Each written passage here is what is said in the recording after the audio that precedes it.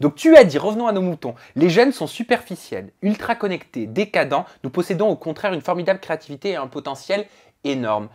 Tu défends beaucoup justement ta Ouais. génération que tu estimes très critiquée. Pourquoi? Parce qu'en fait, tout ce qu'on voit à chaque fois, c'est que on voit qu'une première facette sur les réseaux sociaux en mode on est là, on poste notre meilleur selfie, on est très inspiré par les Kardashians et par ci et tout et tout. C'est vrai que tout ce qui est peut-être la chirurgie, la médecine esthétique, ça nous attire, le maquillage, les vêtements et tout et tout. Et c'est que les gens vont pas plus loin que voir ce qu'on va montrer en premier, nous les influenceurs, sur nos feeds d'Instagram. Et ils apprennent pas à nous connaître plus, alors que pourtant derrière, on va quand même se battre pour défendre des idéaux qui nous tiennent beaucoup à cœur et tout et tout. Et aujourd'hui, je trouve qu'on quand même on avance malgré toute la haine qu'il y a sur Twitter et tout, qu'on avance parce que il y a plein de gens qui prennent la parole comme nous. Et c'est ça qui est intéressant, c'est qu'il y a toute une mentalité qui est en train de s'installer dans notre génération, pas que sur les réseaux, mais même quand je rencontre des gens en soirée et tout, enfin, je pense que c'est important de le dire aussi quand il y a des choses qui avancent, plutôt que tout le temps nous dégrader comme on le fait souvent les médias classiques.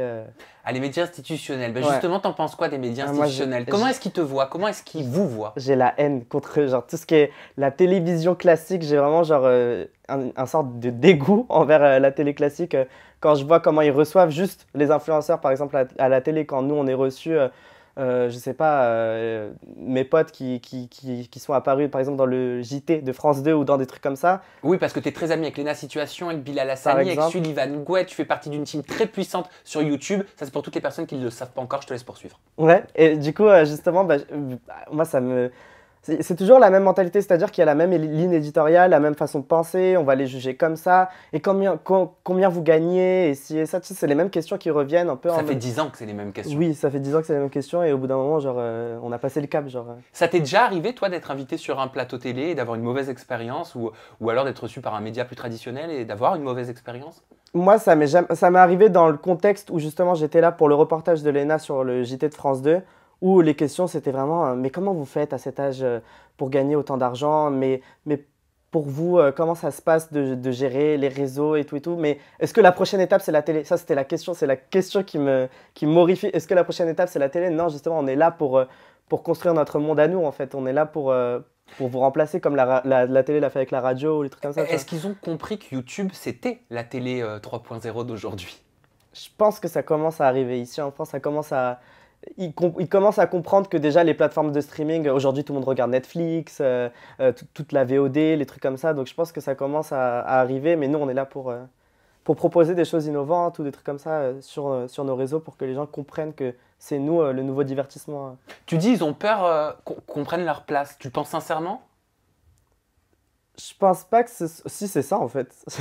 C'est un peu. Non, en vrai, je pense pas qu'il y a que de la haine et que tout le monde est comme ça dans la télévision, mais c'est juste qu'à chaque fois, de ce que je vois ou de ce que j'entends, c'est toujours la même chose en mode.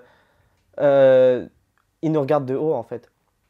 On peut aller. Ça m'est déjà arrivé d'accompagner Bilal par exemple à un plateau ou moi-même aller sur une émission, etc. Et de voir que les gens ils te regardent un peu de haut en mode. Pareil dans les événements en fait. C'est-à-dire que ça m'est arrivé aussi lors d'une avant-première d'un film que enfin, des gens qui étaient là, les photographes qui sont là pour le photocall, te méprisent parce que derrière, il y a une actrice qui attend, ou une Miss France, ou des gens, enfin, tu sais, des métiers qu'on connaît un peu plus, qui attendent derrière, et ils sont là en mode, mais qu'est-ce qu'il fait là sur le photocall? Pourquoi j'ai à le prendre en photo? Je le connais même pas, ce petit. Cette Miss France ou cette actrice, peu importe, ou cet acteur ou ce chanteur, est-ce qu'ils ont autant d'abonnés que vous? Est-ce qu'ils engendrent autant de vues et de visibilité que vous sur les réseaux? Non, mais je pense pas qu'en fait, le plus important, c'est de se focaliser sur les vues ou les trucs comme ça, mais c'est peut-être comprendre un peu l'impact qu'on a aussi, tu vois.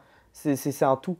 Bien sûr, une Miss France sur le photocall d'un film, c'est hyper prestigieux d'avoir ça, c'est trop cool et tout, mais ça veut pas dire que l'influenceur derrière qui lui va faire une belle photo et va la poster sur son Twitter, c'est nul et c'est pas important à côté de. Tu vois ce que je veux dire? Parce que la photo de la Miss France, on va la retrouver sur un site et tout Mais c'est quoi pour toi? C'est un mépris?